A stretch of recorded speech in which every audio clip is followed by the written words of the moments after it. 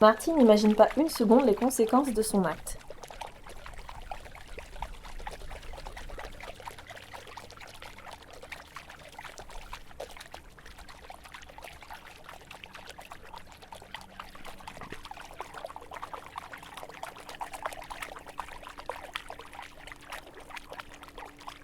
Les déchets sont entraînés au large. En effet, les mers et océans de la planète ne sont pas figés.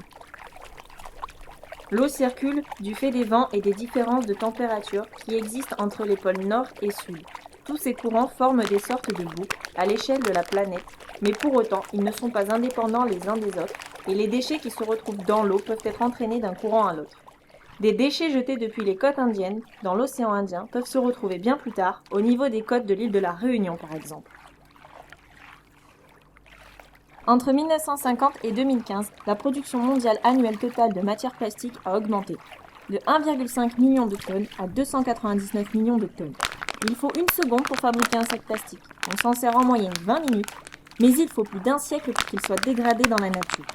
Entre 4 et 12 millions de tonnes de plastique sont ainsi rejetées dans l'océan par an. Cette pollution marine entraîne des effets nuisibles sur les écosystèmes marins. Une fois dans l'eau, les déchets peuvent soit être rejetés sur les plages, soit s'accumuler au large et former des plaques de déchets certaines aussi grandes que la France, ou soit couler au fond des océans. Les tortues marines ont mauvaise vue de près, et Olive la tortue n'a pas vu que ce n'étaient pas des méduses qu'elle mangeait, mais des déchets plastiques. L'ingestion de plastique peut alors provoquer des occlusions intestinales, c'est-à-dire un blocage partiel ou complet de l'intestin, qui empêche le transit normal des matières fécales et des gaz. C'est pour cela que Olive, la tortue Kawan, a si mal au ventre. Récemment, une tortue a été retrouvée avec 200 grammes de déchets plastiques dans son estomac. Si l'on fait un petit calcul, cela représente l'équivalent de 40 sacs plastiques dans son estomac.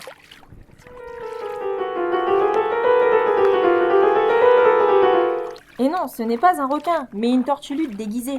C'est un costume un peu encombrant cependant. En effet, les tortues emmêlées dans des filets de pêche abandonnés ou dans des sacs plastiques peuvent rester coincées au fond de l'eau et ainsi se noyer. N'oublions pas qu'une tortue marine a des poumons et doit remonter à la surface pour respirer. Les petites tortues sont aussi impactées. Une fois éclos, en effet, elles doivent impérativement rejoindre l'eau au plus vite. Mais avec les déchets sur les plages, leur course est bien ralentie. Et ce n'est pas fini. Pour les plus chanceuses qui ont réussi à rejoindre l'eau, elles vont être entraînées par les courants de surface afin de commencer leur vie de tortue marine. Or, ces mêmes courants qu'elles suivent s'avèrent être ceux qui entraînent aussi les déchets au large. Ainsi, les déchets s'enroulent autour des tortues et les empêchent de nager et de se nourrir correctement.